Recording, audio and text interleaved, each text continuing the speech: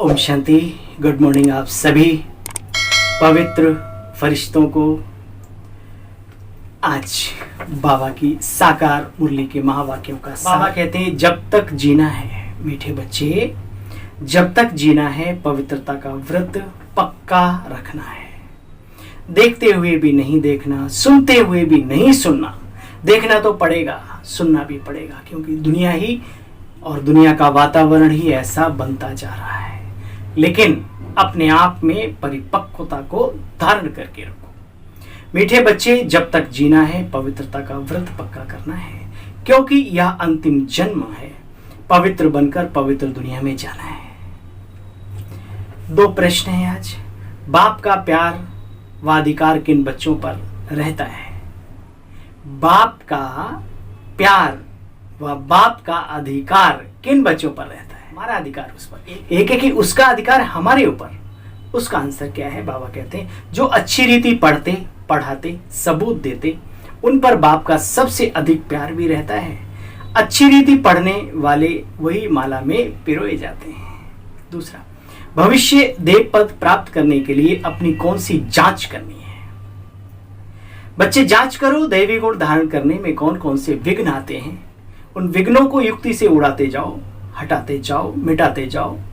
अपने को देखना है हम पावन कहां तक बने हैं। कोई भी कांटा रुकावट तो नहीं डालता है तो उसके सामने सावधान, कांटे से बच के चलो। तरीका है, छोड़ भी दे आकाश सिंहासन, अब धरती पर आ जा रे।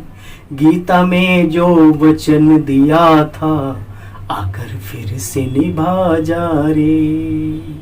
वहां पर फिर कन्हैया का नाम लिया, लेकिन वास्तव में बहुत ही गहरी बात इस गीत में समाई हुई है। छोड़ भी दे आकाश सिंहासन, यानी उसका जो धाम है वो बहुत ऊंचा है। परम धाम का निवासी। हे अर्जुन, मैं परम धाम निवासी हूं, परम धाम से आता हूं। तो जो लोग ये कहते हैं कि ईश्वर कण कण में है, सर्वव्यापी है, इधर भी है उधर भी है, उनके लिए एक बहुत बड़ा सबक है ये सॉन्ग, ये गीत, ये भजन। वास्तव में ये बहुत ही गहराइयों को अंदर जाकर के ठीक करता है। जो कचरा है अंदर बहुत सारी मान्यताओं का, उनको साफ करने का ये काम करता है।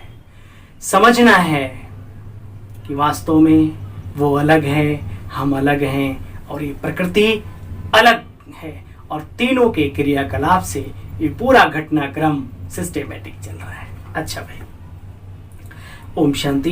भगवान भक्त भगवान को अर्थात उस परमपिता परमात्मा को बुलाते हैं। छोड़ भी दे आकाश सिंहासन, अब पुकारते हैं जब पतित हो जाने तो, क्योंकि दुखी है, पतित है। या भी तुम बच्चे समझते हो दुख के बाद सुख भी आना है। सुख था, अब नहीं है, इसलिए पुकारते हैं, आओ राजयोग सिखलाओ। सिखलाने वाला जरूर बाप चाहिए ना। बाप समझाते, बच्चे तुम आत्मा गर्भ में आकर के शरीर लेती हो, मैं नहीं लेता। मुझे राजयोग सिखाना है, नई दुनिया की स्थापना करना है, तो मुझे शरीर भी बड़ा चाहिए। मुझे आना ही है पावन बनाने। रावण ने तुमको पतित बनाया, अब ये 5 विकार दान में दे देंगे तो ग्रहण छूट जाएंगे। इसमें भी पहला और मुख्य है देह अभिमान। अपने को अब देही अभिमानी समझो, अपने को चेक करते रहो। ये नॉलेज है ही भविष्य प्रिंस प्रिंसेस बनने की। तो जब दैवी गुण धारण करेंगे तब प्रिंस प्रिंसेस बनेंगे। अपने को चेक करना चाहिए, देखना है मैं धारणा करता हूं, क्या क्या हमारे जीवन में विघ्न आते हैं। युक्ति से उन विघ्नों को उड़ाना है। बाप की याद से ही कर्मातीत अवस्था को पाना है। कांटा जो भी आए उसको हटाते आगे बढ़ते जाना है। देह अभिमान छोड़ देही अभिमानी बन बाप को याद करने का अभ्यास करना। जितना बच्चे याद करेंगे उतना तुम्हारे जीवन का जो कांटे हैं, जो रास्ते हैं, जो व्यवधान हैं, जो परिस्थितियां हैं, वो दूर होती जाएंगी, रास्ता साफ होता जाएगा। गृहस्थ व्यवहार में रहते कमल पुष्प समान बनना, विकारों में कभी नहीं जाना। बच्चे, यहां मूल बात है विकार की। भले कितने भी विघ्न आए, परंतु पवित्र रहना है। जास्ती विघ्न माताओं बहनों पर आते हैं, वह चाहती हैं हम पवित्र रहें, श्री कृष्णपुरी में जाना चाहते हैं, श्री कृष्ण जयंती पर बहुत प्रेम से श्री कृष्ण को झूला झुलाती हैं, पूजा आदि व्रत आदि करते हैं। वह है सिर्फ 7 दिन का व्रत नेम। बाप कहते अभी तुम ये व्रत रखो कि हम बुराइयों का व्रत रखें, दृढ़ संकल्पित हों कि हमें गंदगियों में नहीं जाना, किसी भी प्रकार की गंदगी को नहीं मन में आने देना। अभी तुम ये व्रत रखो, विकार में कभी नहीं चाहेंगे। जब तक जीना है तब तक पवित्रता का व्रत पालन करना है। और खेल सारा मन का है, कहीं कुछ नहीं। इंद्रियां उत्तेजित भी तभी होती जब हमारा मन में उत्तेजना पैदा होती है किसी न किसी कारण से। तो उस कारण को चेक करो, चेंज करो अपने आप को। जानते हो इस पुरानी दुनिया में अभी हमारा अंतिम जन्म है। अरे हमारा ही नहीं बल्कि पूरी दुनिया के लोगों का ये अंतिम जन्म चल रहा है। कल पहले भी तुम जानते हो ऐसा हुआ था, फिर हो रहा है। एक द्रौपदी की बात नहीं, कितनी मारे खानी पड़ती हैं। अब फिर से हो रहा है। तुम सब द्रौपदियां हो, तुम माताएं निमित्त बनती हो पवित्र बनकर दूसरों को भी पवित्र बनाने के लिए। तो बच्चे अपनी हमजिन्स पर भी ध्यान दो। जो दुखी हैं, परेशान हैं, उनको बाबा के करीब ले आओ, बाबा का बनाओ, सुख शांति का वर्षा दिलाओ, खजानों का मालिक बनाओ। ये बहुत बड़ा पुण्य है। देखो बच्चे, बाप कहते हैं बाबा आप कृपा करेंगे। अरे तो बाप कहते हैं हाँ बच्चे, कृपा तो हमने की हुई है। परम धाम से पतित दुनिया में पतित शरीर में आया हूं, ये कृपा की है ना। बाप कहते हैं मैं जब आता हूं तो सिखलाता हूं, वो अब सीखो, मुझे याद करो तो तुम्हें ताकत मिलेगी। अब यहाँ आशीर्वाद आदि की बात नहीं है, तुम बच्चों को पुरुषार्थ करना है, बाबा को अच्छी रीति याद कर ऊंच वर्षा पद पाने का। मुख्य बात है यहाँ विकार की। चोरी आदि ठगियां वो भी विकार हैं, लेकिन बाल बच्चे हैं, बुराइयां वो भी हैं। ऐसा नहीं कि उनके लिए कोई बाबा ने छूट दे रखी है, लेकिन हाँ बाबा फिर कहते हैं मुख्य बात है हे अर्जुन, कामेशु क्रोधेशु ये आत्मा के महावैरी हैं। वही बाबा सिखा रहे हैं बच्चे। मुख्य बात है विकार की, काम महाशत्रु है, विकारों पर जीत पानी है। तो ये बातें पहले खुद समझकर फिर औरों को समझानी है।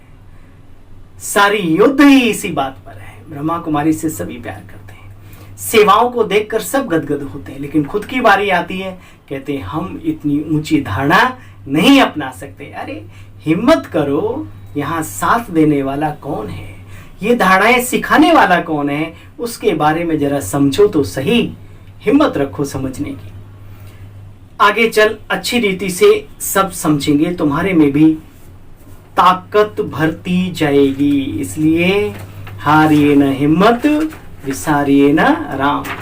उस दिलाराम को भूलो मत और अपने अंदर की हिम्मत को हारो मत। तुमको समझाया जाता है, ये डिटेल की बातें ये बुद्धि में धारण करनी पड़ती हैं। क्लास में नहीं आएंगे तो बच्चे पढ़ेंगे क्या, और पढ़ेंगे पढ़ाएंगे नहीं तो पद क्या पाएंगे।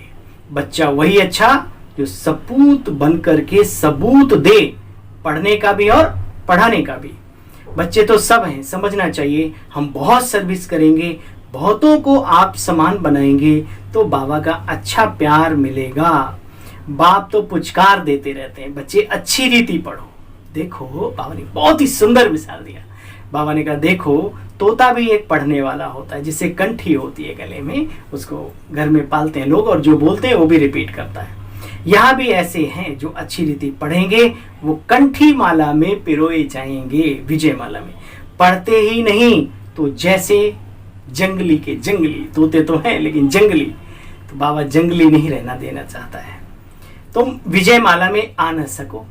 कौन सी विजय माला? बुराइयों पर जीत पाने की जो माला है, जिन आत्माओं ने प्राप्त की है, उसमें उस लिस्ट में नाम नहीं आ सकेगा आपका। तो बच्चों को अच्छी रीति पढ़ना है और पढ़ाना भी है। ये कथा है जो सच्चा बाप बच्चों को सुनाते हैं, सचखंड की स्थापना भी करते हैं। लक्ष्मी नारायण के राज्य में बच्चे कभी झूठ नहीं बोलते। तो संस्कार तो यहीं से धारण करना है। जो हो जैसे हो, बाबा के सामने सच्चे रहो, दुनिया के सामने भी सत्य रहो। एक आध तुम्हारी सत्यता का फायदा उठा सकता है, लेकिन आखिर आप हमेशा आगे रहेंगे, अपने स्वाभिमान में रहेंगे।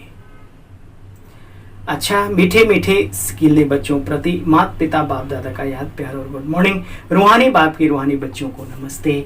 हम सब रूहानी बच्चों की रूहानी बाबा आपको नमस्ते नमस्ते नमस्ते। शुक्रिया, थैंक यू मीठे बाबा। सार पूरी मुरली का धारणा का जो सार है उसे सुनेंगे। गृहस्थ व्यवहार में रहते कमल पुष्प समान रहना है, जब तक जीना है। ये व्रत पवित्रता का पालन करना। कृपा मांगने के बजाय माता पिता को फॉलो करो। पढ़ाई ध्यान से पढ़नी और पढ़ानी भी ध्यान से ही है। वरदान वरदानी बाबा का हाथ महसूस करते हुए अपने आप को अव्यक्त लोक में फरिश्ता स्वरूप में महसूस करते हुए, अव्यक्त बाप दादा को सामने महसूस करते हुए महसूस करो ये शब्द बाबा के मुखारबिंद से सिर्फ और सिर्फ मेरे लिए आ रहे हैं।